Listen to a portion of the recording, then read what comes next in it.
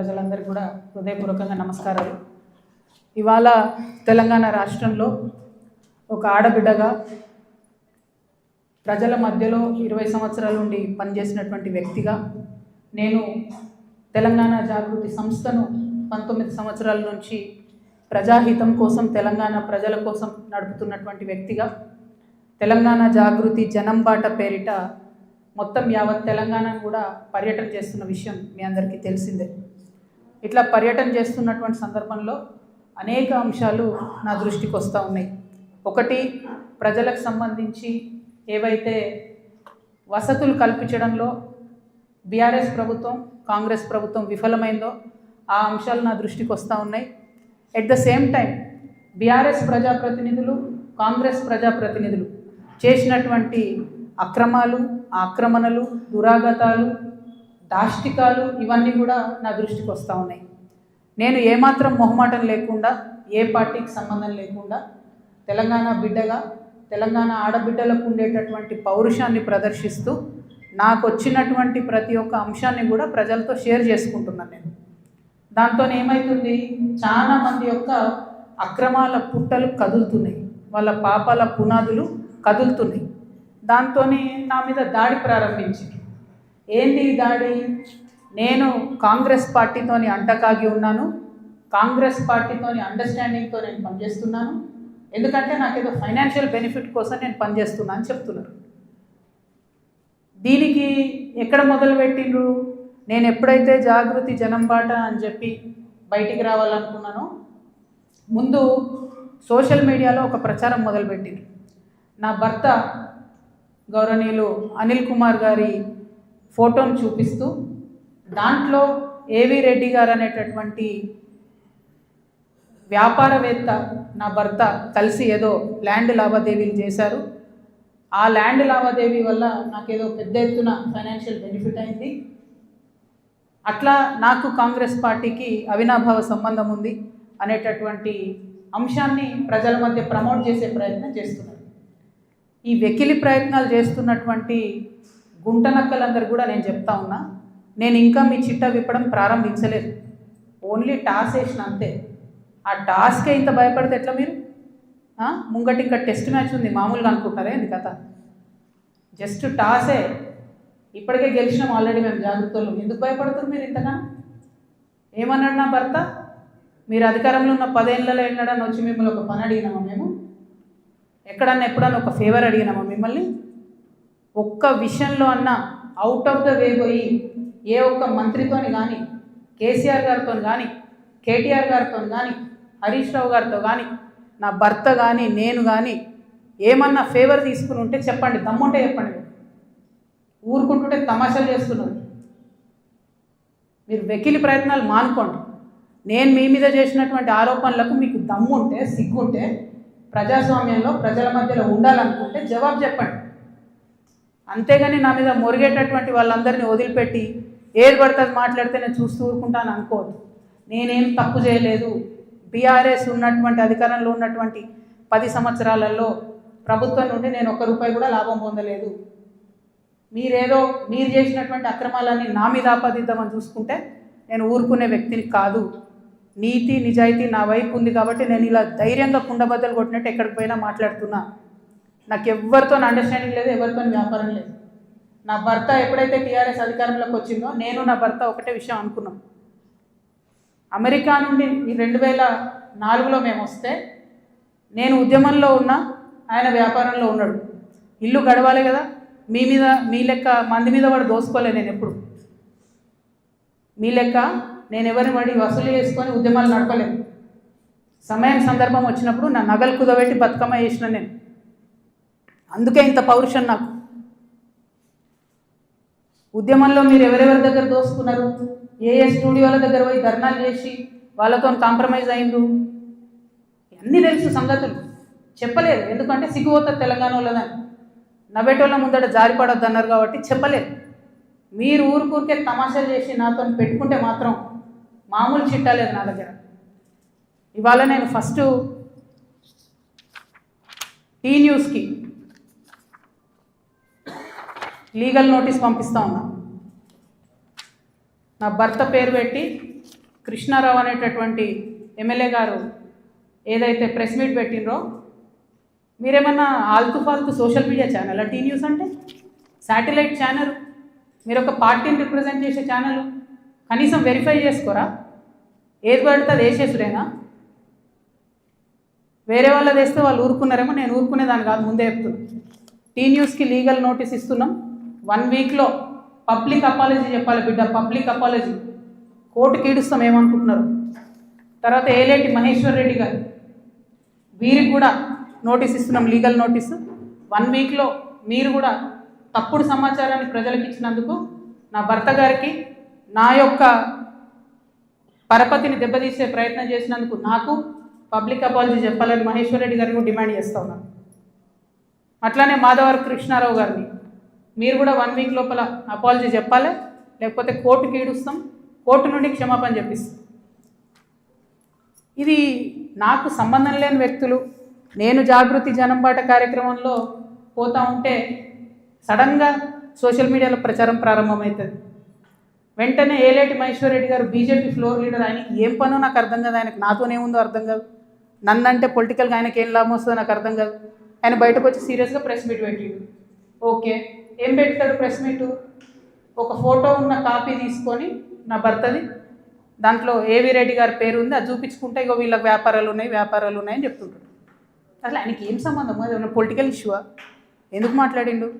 Okay, అంటే దీని వెనుక ఉన్న స్ట్రాటజీ చేసేసి తెలంగాణ ప్రజలు అర్థం చేసుకోవాలి. హరీష్ రావు గారు, బీఆర్ఎస్ పార్టీ ఏదైతే నా మీద దుష్ప్రచారం చేయాలనుకుంటున్నారో అది ఏలేటి మహేశ్వర్ రెడ్డి గారి నోటి నుండి వస్తుంది, బీఆర్ఎస్ పేడ్ సోషల్ మీడియా నోటి నుండి వస్తుంది, ఆ తర్వాత కృష్ణారావు గారు లాంటి ఎమ్మెల్యేల నోటి నుండి వస్తుంది.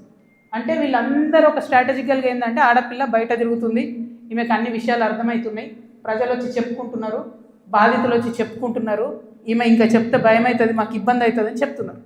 నేను మీలాగా పారిపోయే పిరికిపందని కాదు. మీరు ఏదైతే నా భర్త ఫోటో చూపించి మాట్లాడుతున్నారో ఆ ల్యాండ్కి సంబంధించి ప్రతి ఒక్క విషయాన్ని ఇవాళ నేను తీసుకొని వచ్చిన. ఇవాళ నేను ఎట్లా ట్రాన్స్పరెంట్గా క్లారిటీ ఇస్తున్నానో, నేను చేసే ఆరోపణల మీద మీరు కూడా అట్లనే క్లారిటీ ఇవ్వాలని చెప్పి నేను డిమాండ్ చేస్తూ ఉన్నాను.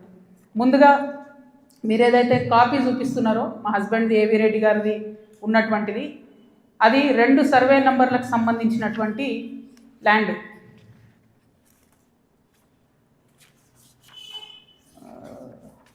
బ్రీఫ్ హైదరాబాద్ ఇది అదేంటంటే 2010/2 2010/3 అనేటటువంటి భూమి. దీనికి 1975 నుండి కూడా ఈ భూమికి కంప్లీట్గా పట్టాలు ఉన్నాయి, దానికి పాస్బుక్లు ఉన్నాయి, కంప్లీట్గా ఇది ప్రైవేట్ ల్యాండ్. ఈ ప్రైవేట్ ల్యాండ్లో 4 వ్యక్తులు, 4 కొడుకులు, వాళ్ళకి మనిషి 4 ఎకరాలు వచ్చినాయి. ఈ మనిషి 4 ఎకరాలు వచ్చినటువంటి ఈ భూమిని అక్కడ ఒక కంపెనీ ఉంది, టేకంషా అనే కంపెనీ. ఆ టేకంషా అనే కంపెనీకి 37 ఎకరాలు ప్రభుత్వము అమ్మింది ల్యాండ్ ఒకప్పుడు. వాడేం చేసిండు, ఆ అమ్మిన ల్యాండ్తో పాటు ఈ ప్రైవేట్ వాళ్ళ భూమి కూడా లోపలేసుకొని కాంపౌండ్ వాళ్ళు పెట్టుకున్నాడు. ఈ ప్రైవేట్ వాళ్ళంతా కాంపౌండ్ వాళ్ళకి పోయింది కాబట్టి వాళ్ళంతా ఈ రియల్ ఎస్టేట్ వ్యాపారంలో ఉన్నటువంటి మా హస్బెండ్ ఇంకా కొంతమంది దగ్గరకు వచ్చారు. ఈ 16 ఎకరాల భూమికి దాదాపు ఒక 20 మంది ఆ భూమిలో ఉన్నారు. అందులో మా భర్త కంపెనీ కూడా ఒకటి. ఇది మొత్తం ప్రైవేట్ ల్యాండ్ మాది, నువ్వెట్లా కాంపౌండ్ లోపల పెట్టుకుంటావు అని చెప్పి ఒక 9 ఏళ్ళు నడిచినట్టుంది ఈ డిస్ప్యూట్ నాకు తెలిసి.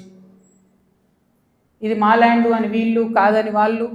ఫైనల్గా 2019లో లోక్ అదాలత్లో, ఇగో ఇది బీఆర్ఎస్ గవర్నమెంట్ ఇచ్చిన పాస్బుక్, అది ప్రైవేట్ ల్యాండ్ అని చెప్పి ఫైనల్గా లోక్ అదాలత్లో 2019లో ఈ టేకంషా అనే కంపెనీ ఈ 16 ఎకరాలు ప్రైవేట్ పట్టా వీళ్ళందరూ కూడా కాంప్రమైజ్ అయింది. 2019లో ఎప్పుడైతే కాంప్రమైజ్ అయినరో ఆనాడే ఆ ల్యాండ్తో నాకు కానీ నా భర్తకు కానీ సంబంధం లేదు. ఆ పట్టేదారుల తరఫున ఉండి కొట్లాడినటువంటి మా భర్త గారు, వాళ్ళ ఫ్రెండ్స్, వాళ్ళ కంపెనీ అందరు కూడా ల్యాండ్ అమ్మేసి బయటకు వచ్చేసి. ఎప్పుడు? 2019లో మా హస్బెండ్ బయటకు వచ్చేసిన తర్వాత 2022లో ఫస్ట్ పర్మిషన్, బీఆర్ఎస్ గవర్నమెంట్లో ఫస్ట్ పర్మిషన్ ఇచ్చింది కన్స్ట్రక్షన్కి, 12 ఎకరాల ల్యాండ్కి కన్స్ట్రక్షన్. మరి పట్టా భూమి అయితే ఎందుకు ఇచ్చారు పర్మిషన్? మరి అది గవర్నమెంట్ భూమి అయితే ఎందుకు ఇచ్చింది పర్మిషన్? 19లోనే మా హస్బెండ్ ఎగ్జిట్ అయిపోయింది అక్కడితో. 22లో పర్మిషన్ వచ్చింది ఆ ల్యాండ్కి. మరి ప్రభుత్వ భూమి అయితే ఎట్లా ఇచ్చారు పర్మిషన్? సంతకం పెట్టింది ఎవరు? కేటీ రామారావు గారు. అంటే ఇప్పుడు మాధవరం కృష్ణారావు గారు ఏమంటుండు?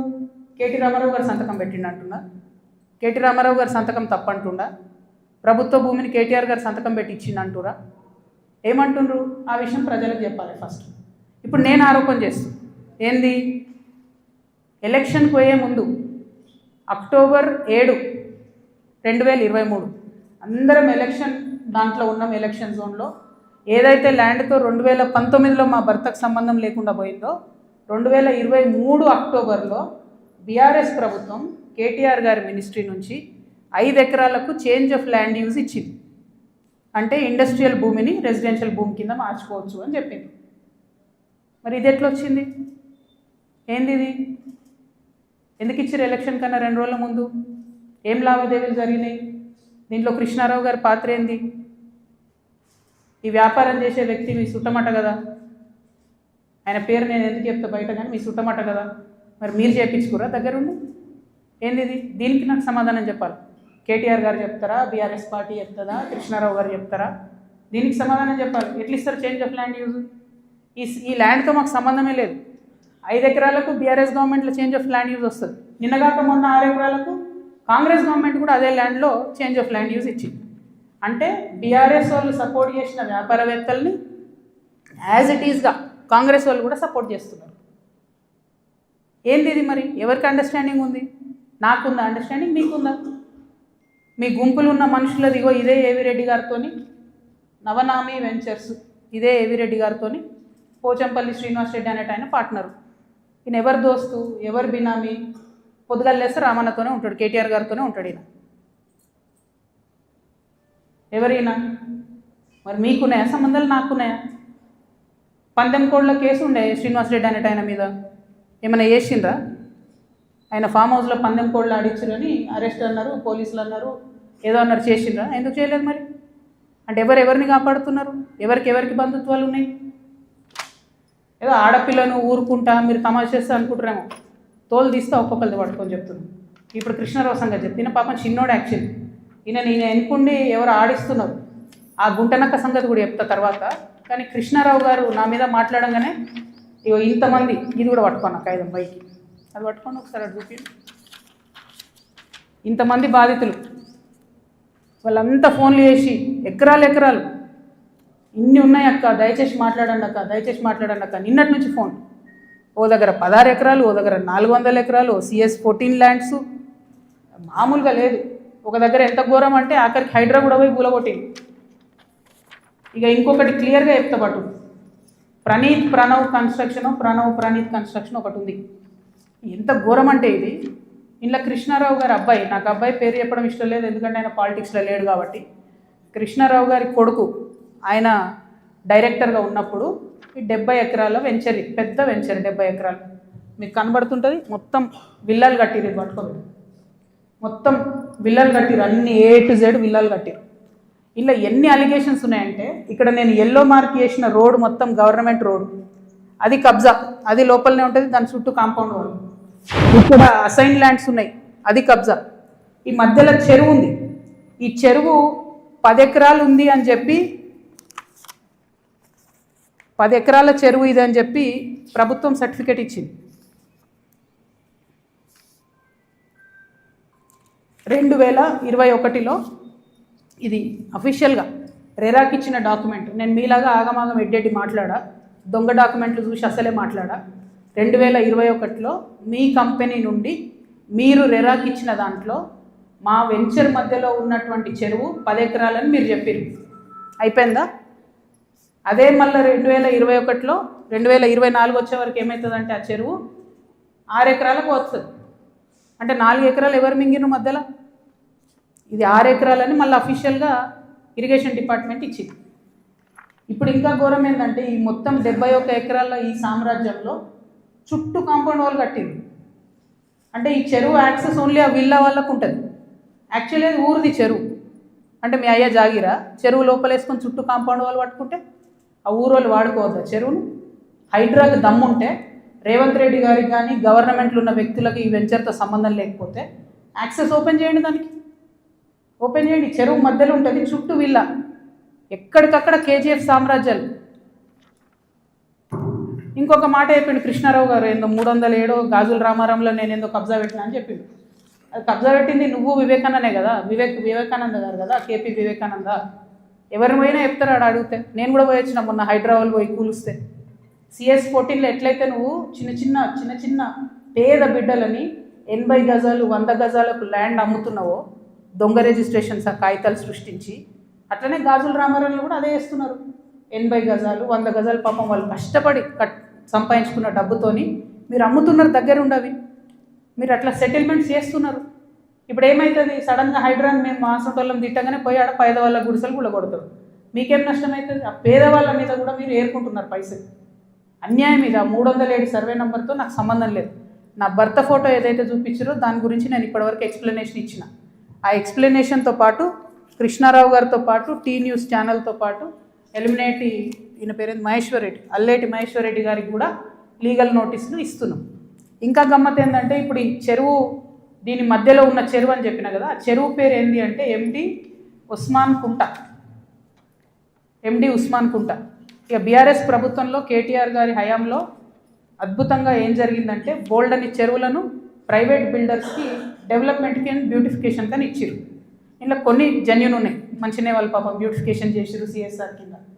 చాలా మటుకు ఎట్లున్నాయంటే, ఇప్పుడు ఈ ఎవరైతే ప్రణీత్ బిల్డర్స్ ఉన్నారో, ఆ ఫోటో పట్టు, ఆ మొత్తం 71 ఎకరాలు కట్టినటువంటి ప్రణీత్ బిల్డర్కే ఈ ఉస్మాన్ కుంట చెరువు డెవలప్మెంట్కి ఇచ్చారు. ఇస్తే ఆయన ఏం చేసిండు, దాన్ని డెవలప్ చేసి ఊరోళ్ళకి ఇవ్వకుండా డెవలప్ చేసి అందులో 4 ఎకరాలు మింగి, ఆ 4 ఎకరాలలో 8 విల్లాలు కట్టి చుట్టూ కాంపౌండ్ వాల్ పెట్టి జనంకి అవకాశం లేకుండా చేసారు. అంటే నీకు డెవలప్మెంట్ కనిస్తే నువ్వు మింగేసినావు. అందులో నీ కొడుకే డైరెక్టర్ ఉన్నాడు కృష్ణారావు గారు. మరి సమాధానం ఇప్పుడు చెప్పు, ఏం చెప్తావు నాకు అర్థం కాదు. ఏదో నిన్నటి నుంచి తమాషా చేస్తుంటే జాగృతలు దాడి చేస్తారు, గీడి చేస్తారని. మాకు అట్లాంటి ఆలోచన ఏం లేదు. మేము మీ మీద దాడి చేసేంత పెద్ద వ్యక్తి మీరు కాదు. ఫస్ట్ థింగ్ వదిలేసేయండి, మీ మీద దాడి చేసే అవసరమే లేదు. మీ వెనుకో గుంటనక్క ఉంది చూసినావా, వాళ్ళని మాత్రం వదిలిపెట్టాను. ఆ గుంటనక్కకి చెప్తున్నాయి ఇప్పుడు ఇనమని. ఆ గుంటనక్క ఇంటుంటాడు, ప్రెస్ మీట్ నాకు తెలుసు. సియాట్ ల్యాండ్స్ ఉండే, దాన్ని తర్వాత ఏం చేసిండ్రు, సెయింట్ గోబెన్ అనే కంపెనీకి ఇచ్చిర్రు 70 ఎకరాలు. దాని తర్వాత ఏం చేసిర్రు, ఈ గుంటనక్క రికమెండ్ చేస్తే మన BRS government favourite builder Vasavi ఉన్నాడు కదా, ఆ వాసవి బిల్డర్కే ఇచ్చిర్రు. అయితే ఒక అధికారి దానిలో చాలా కీలక పాత్ర. ఆ అధికారి ఇప్పుడు ఈ గవర్నమెంట్లో కూడా కీలకంగా ఉన్నాడు. కానీ ఖచ్చితంగా ఆ సెయింట్ గోబెన్ ల్యాండ్కి సంబంధించి ఆ అధికారి పేరు, నేను చెప్పే గుంటనక్క గారి పేరు 2 కలిపి నేనే ఇస్తాను. విజిలెన్స్కి ఇస్తా, ఈడీకి ఇస్తా, సిబిఐకి ఇస్తా. ఇక చూసుకోరు, ఏం చేసుకుంటారో వేసుకో. నేను మీలాగా ఫాల్తు అలిగేషన్స్ చేయను. నా భర్త ప్రైవేట్ ల్యాండ్లో వ్యాపారం చేసిండు. ఏ రియల్ ఎస్టేట్లో ఉన్న వ్యక్తి అయినా చేస్తాడు. మేమెన్నడూ ప్రభుత్వ భూమి జోలికి పోలేదు. ప్రభుత్వానికి ప్రజలకు నష్టమయ్యే ₹1 పని కూడా మేము చేయలేదు. మీరు అనవసరంగా లేనిపోయిన అలిగేషన్స్ నా మీద వేసి, ఈమె ఏదో జనం బాట పేరుతో జనంలో పోతుంది, ఈమెను డిస్టర్బ్ చేద్దాం, మైండ్ ఖరాబ్ చేద్దాం అనే ఆలోచనలు పెట్టుకుంటే మాత్రం నేను చూస్తూ ఊరుకోను. ఇవాళ జవాబు ఎందుకు ఇస్తున్నా అంటే, నేను మీలాగా వెన్ను చూపించి పారిపోయే వ్యక్తిని కాదు. నా మీద వచ్చిన అలిగేషన్కి అవుట్రైట్గా సమాధానం చెప్పే వ్యక్తిని. నా జాగృతి కార్యకర్తలందరికీ కూడా, తెలంగాణ ప్రజలందరికీ కూడా నేను క్లారిటీగా చెప్తున్నాను. 10 ఏళ్ళ బీఆర్ఎస్ పాలనలో నాకు ఏ దాంతో కూడా సంబంధం లేదు. నన్ను నిజామాబాద్ వరకు పరిమితం చేసిండ్రు. 5 ఏళ్ళే నేను యాక్చువల్గా ఉన్నది పవర్లో. ఆ 5 ఏళ్ళు ఎంపీగా ఉన్నప్పుడు ఢిల్లీ, నిజామాబాద్, హైదరాబాద్. నా మొత్తం ట్విట్టర్ చూసుకోండి, నా క్యాలెండర్ చూసుకోండి. ఇప్పుడు ఎట్లయితే జనం బాట పేరు పెట్టుకొని ప్రతిరోజు తిరుగుతున్నానో, అప్పుడు కూడా నేను మన ఊరు మన ఎంపీ పేరుతోని నిరంతరం ప్రజల మధ్యలో ఉన్నా. పైరవేలు చేసుకోలే నేను ఎప్పుడు. నేను చాలా గర్వంగా ఫీల్ అయినా. నేను తెలంగాణ నుండి మొదటి ఎంపీగా పార్లమెంట్కి పోయినా. కొట్లాడుతుంటే మీ పిచ్చిలేసినట్టు గంటలు ఒరుతుంటే మీ పార్లమెంట్లో ఎంత ఫైట్ చేసినాం స్టేట్ కోసం. మీరేమో మేము ఆడ ఢిల్లీలో కొట్లాడుతుంటే ఇక్కడ ఏసీ ఆఫీస్లా ఉండి పందికొక్కుల్లాగా కేసీఆర్ గారు నీడనే ఏరి ప్రజల సొమ్ము తిన్నది కాకుండా ఉల్టా నా మీద వెకిలి ప్రయత్నాలు వేస్తే మాత్రం ఒక్కొక్కరిది కాళ్ళు ఇరగొడతా చెప్తున్నాను. నాకు ఇట్లాంటి భాష మాట్లాడడం ఇష్టం ఉండదు. ఇలా మాట్లాడక తప్పని పరిస్థితి అవుతుంది. లేనిపోని అంటగట్టకండి. 10 ఏళ్లలో ఎన్నడూ ఎవరు గవర్నమెంట్లో నా భర్త పేరు వినలేదు. ఇవాళ మీరు ఆయన మీద అలిగేషన్ చేస్తున్నారు. ఆయన ఫోన్ ట్యాప్ చేస్తారు, సిగ్గుండాలి. ఇంటర్లో ఫోన్ ట్యాప్ చేస్తారు, ఇటువంటి వెధవ ప్రచారాలు చేస్తారు. ఇంకా కళ్ళు చల్లబడతలేవా మీకు? పార్టీలకి నిలగొట్టారు కదరా బయటికి, ఇంకేంది? నేను ఊరుకునేదాన్ని కాదు బిడ్డ, చెప్తున్నా. ఇప్పుడే మొదలుపెట్టినా. మీరు సెయింట్ గోబెన్ సంగతి చెప్పండి. వాసవికి ఇచ్చినటువంటి 100 భూములు ఉన్నాయి. ఇవాళ గవర్నమెంట్ని, కాంగ్రెస్ గవర్నమెంట్ అంటున్నారు కదా మీరు, హిల్ట్ పాలసీ పెట్టి దారాదత్తం చేస్తున్నారని. దానికి కిటికీలు తెరిచింది ఎవరు? దానికి బీజం వేసింది ఎవరు? డిస్టిలరీ భూములు అమ్మినరా? లీజుకి ఇచ్చిన భూములు. లీజుకి ఇచ్చిన భూములల్లో ప్రజలకు డబుల్ బెడ్రూమ్ ఇండ్లు కట్టియాలి, హాస్పిటల్ కట్టాలి, స్కూళ్ళు కట్టాలి. ఇండస్ట్రీ తీసేస్తే ప్రైవేట్ వ్యక్తులకు ఎట్లా అమ్మేందు? దాని మీద సంతకం పెట్టింది ఎవరు? కేటీఆర్ గారు కాదా? చాలా కంపెనీలు ఉన్నాయి. మీరు కూడా సెలెక్టివ్గా లీజుకి ఇచ్చారు కదా. మీరు కిటికీలు తెరిచిర్రు, ఈ గవర్నమెంట్ దర్వాజాలు తెరిచిర్రు దోసుకొని తినండి అని చెప్పి. జనానికి మాత్రం ఏం చేయకండి. హాస్పిటల్ కట్టకండి, స్కూల్ కట్టకండి. ఎవడన్నా నా సొంతోడు అడిగితే మా మీద ఉల్టా అలిగేషన్ ఇవ్వండి. అల్టిమేట్గా ప్రజా జీవితంలో ఉన్నటువంటి వ్యక్తులుగా, ఒక ఆడబిడ్డగా, తెలంగాణ ప్రజల మంచి కోరుకునేటటువంటి వ్యక్తిగా నేను మీ అందరినీ కూడా రిక్వెస్ట్ చేసి చెప్తా ఉన్నాను. నా మీద బీఆర్ఎస్ పార్టీ ఏదైతే విష ప్రచారం చేస్తుందో, నా మీద, నా భర్త మీద, దాంట్లో ఇనుమంతా కూడా సత్యం లేదు. దానికి సంబంధించి అన్ని కాగితాలతో సహా నేను చూపించడం జరిగింది. ఇక ముందు కూడా నా మీద ఎవరు ఏ ఆరోపణ చేసినా నేను ఖచ్చితంగా జవాబు చెప్తాను. జవాబు చెప్పిన తర్వాతనే నేను ప్రజల పక్షాన నిలబడి వారిని ప్రశ్నిస్తాను. వారు మాత్రం జవాబు చెప్పకుండా వెన్నుపూస చూపించి పారిపోతూ ఉన్నారు. అది కరెక్ట్ పద్ధతి కాదు. మేమేదో మీ విఘ్నతకే వదిలేస్తున్నామంటే ప్రజలేం వదిలిపెట్టరు. టైం చూసి కర్రు కాల్చి వాత పెడతారు. మీరేం గొప్ప నాయకులు కాదు, పెద్ద నాయకులు కాదు. ఎంత పెద్ద నాయకులైనా ప్రజలకు జవాబుదారీ అన్న విషయాన్ని మర్చిపోయి మీరు ప్రవర్తిస్తే మాత్రం ఊరుకునేది లేదు. ఇది తెలంగాణ. ప్రజలు మేలుకుంటారు, ఖచ్చితంగా మాట్లాడతారు. Thank you. జై తెలంగాణ.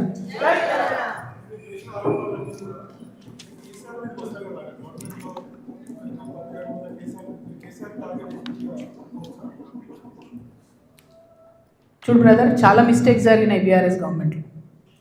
ఆ విషయాలన్నీ ఇప్పుడు నేను జనంబాటలో తిరుగుతుంటే ప్రజలు వచ్చి నాకు చెప్పేటటువంటి దాంతో, వాళ్ళు ఇస్తున్నటువంటి విజ్ఞప్తులతోనే అర్థమవుతుంది. నేను మళ్ళీ చెప్తున్నా, ఎంత పెద్ద నాయకుడైనా ప్రజలకే జవాబుదారు. 100కి 100% ప్రభుత్వం నుండి లీజుకి ఇచ్చినటువంటి ఇండస్ట్రియల్ ల్యాండ్స్ సెలెక్టివ్గా వ్యాపారవేత్తల కోసం బీఆర్ఎస్ గవర్నమెంట్లో సంతకాలు పెట్టి మరి ఆనాడే ప్రైవేట్ వ్యక్తులకు దారాదత్తం చేశారు. ఆ సంతకాలు పెట్టింది ఎవరు, పెట్టించడం వెనుకుందెవరు, అది time has to decide. Congress government ఏంది, చాలా ఆరోపణలు చేస్తున్నారు. రేవంత్ రెడ్డి గారు అయితే చాలా ఏమంటారు, రేపు పొద్దుగాలనే నేను వీళ్ళందరినీ జైలు వేస్తా అన్నట్టు ఏదో బీఆర్ఎస్ అంతా అవినీతిమయమని చిత్రీకరించి వచ్చారు. ఆయన ఎక్కడ ఏం చేయట్లేదు. ఎందుకు చేయట్లేదు? బీఆర్ఎస్ వాళ్ళు వేసినటువంటి దొంగదారులను కాంగ్రెస్ రహదారులుగా మారుస్తున్నారు. వాళ్ళు ఎవరైతే ప్రైవేట్ వ్యక్తులకు ఇచ్చిరో మళ్ళీ అదే కంపెనీలతో వీళ్ళు అండర్స్టాండింగ్ పెట్టుకుంటారు, వాళ్ళతో మాట్లాడతారు. అంటే రేవంత్ రెడ్డి గారి పరిస్థితి ఇప్పుడు ఎట్లుందంటే, అప్పుడే కప్పం తిన్న పాము ఎట్లుంటుంది, కడుపు నిండింది, నేను సీఎం అయినా, అవినీతి అయితే నాకేంది, రాష్ట్రం ఎటు పోతే నాకేంది, వాగ్దానాలు ఎటు పోతే నాకేంది అని చెప్పి ఆయన సైలెంట్గా ఉన్నాడు. ఆయనకి ఈ బీఆర్ఎస్ పార్టీలో జరిగినటువంటి వ్యాపార లావాదేవీలకి అవుట్ రైట్గా సంబంధం ఉంది కాబట్టి వాళ్ళు సైలెంట్గా ఉంటారు. So let time decide. ఎప్పుడన్నా ఎవరైనా ఎంక్వైరీ చేస్తే డిసైడ్ అయితే చూద్దాం. ఏమీ కాకపోతే నాకెప్పుడో ఒకసారి టైం వస్తుందిగా. దేవుడు దయ ఉంటే నేను ముఖ్యమంత్రి అయితే కదా ఒకనాడు. ఆనాడు మాత్రం 2014 నుండి 2014 తెలంగాణ వచ్చినప్పటి నుండి ఇప్పటి వరకు అన్ని అన్యాయాల మీద నేను మాత్రం ఆరాధిస్తాను. ఎందుకంటే ఎవరు వచ్చి బయటకు వచ్చి మాట్లాడినా వాళ్ళని దబాయించాలి, వాళ్ళ మీద ఒక కేసు వేయాలి, వాడిని ఏదో అనాలి, బురద జల్లాలి అని అంటే కుదరదు. నేను అట్లా ఊరుకునే వ్యక్తిని కాదు. నేను తప్పు చేస్తే నేను క్షమాపణ అడుగుతాను. నేను కోరిన క్షమాపణ జనం బాటలో ముందుకెళ్ళినప్పుడు. ఎందుకు కోరిన క్షమాపణ? నేను అదే గవర్నమెంట్లో ఉండి అమరవీరుల కుటుంబాల కోసం గట్టి కొట్లాడాల్సిందే అని నాకు మనసుకు అనిపించింది కాబట్టి నేను క్షమాపణ అడిగిన. ఉద్యమకారులను కేవలం నా ప్రాంతంలో చూసుకున్నా కానీ వేరే దగ్గర చూసుకోలేకపోయినా అనే ఉద్దేశంతో క్షమాపణ కోరిన నేను.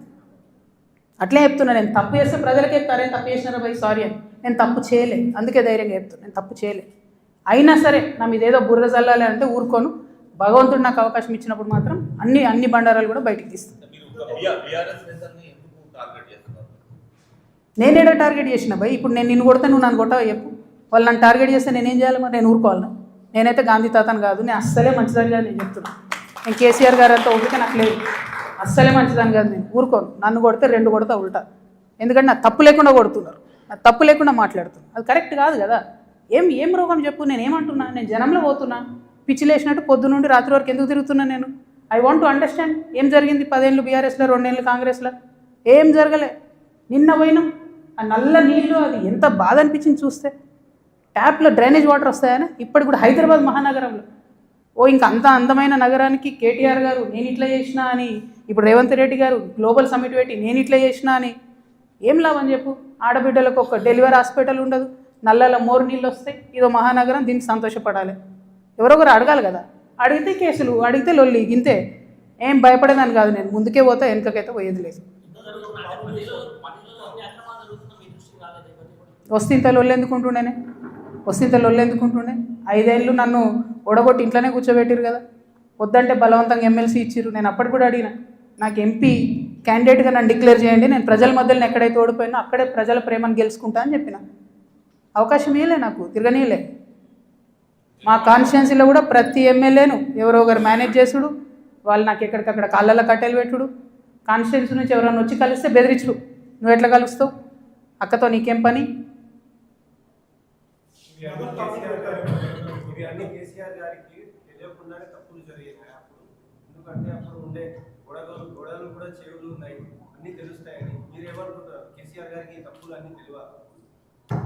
నేనేమంటున్నా బ్రదర్, కేసీఆర్ గారికి తెలుసా తెలియదా కేసీఆర్ గారు చెప్పాలి. ఇప్పుడు వీళ్ళందరూ ఏంటంటే మేమందరం చాలా పెద్దవాళ్ళము, కవిత మా మీద ఆరోపణలు చేస్తే కూడా మేము రిప్లై అయిపోయినా ప్రజలు చూస్తలేరు అనుకుంటారు. విఘ్నత అని హరీష్ రావు గారు అట్లే అంటారు. కేటీఆర్ గారు ఆయన ఎప్పుడు చెప్తాడో నాకు తెలియదు, నాకు సంబంధం లేదు. నేను కంపెనీ పేర్లతో సహా చెప్తా. ఎవరెవరి కంపెనీలకు లీజ్ ల్యాండ్స్కి అవుట్ రైట్గా చేంజ్ ఆఫ్ ల్యాండ్ యూజ్ చేసి కన్వర్షన్ చేసి ఎవరికి ఇచ్చినో నేను చెప్తాను. సంతకాలు ఎవరు పెట్టిరా లేదా వాళ్ళు చెప్పాలి ప్రజలకు. చెప్తే షూర్ సంతోషం.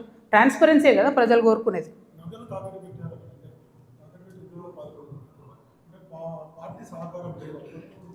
నాకు ఎప్పుడు లేదు భయ్ పార్టీ సహకారం. నేను ఎప్పుడైతే అమెరికా నుండి వచ్చినో అప్పటి నుండి ఇప్పటి వరకు కూడా నాకు పార్టీ సహకారం లేదు. దాంట్లో కొత్తగా చెప్పేది ఏం లేదు.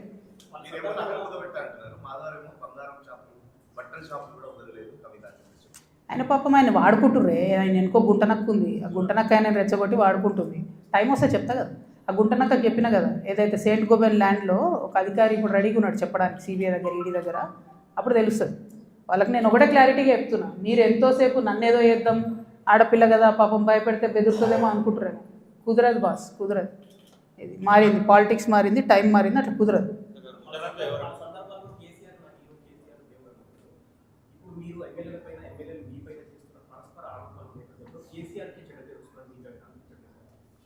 నేను ఒక మాట చెప్తాబా, మనది ఎట్లాంటి భూమి?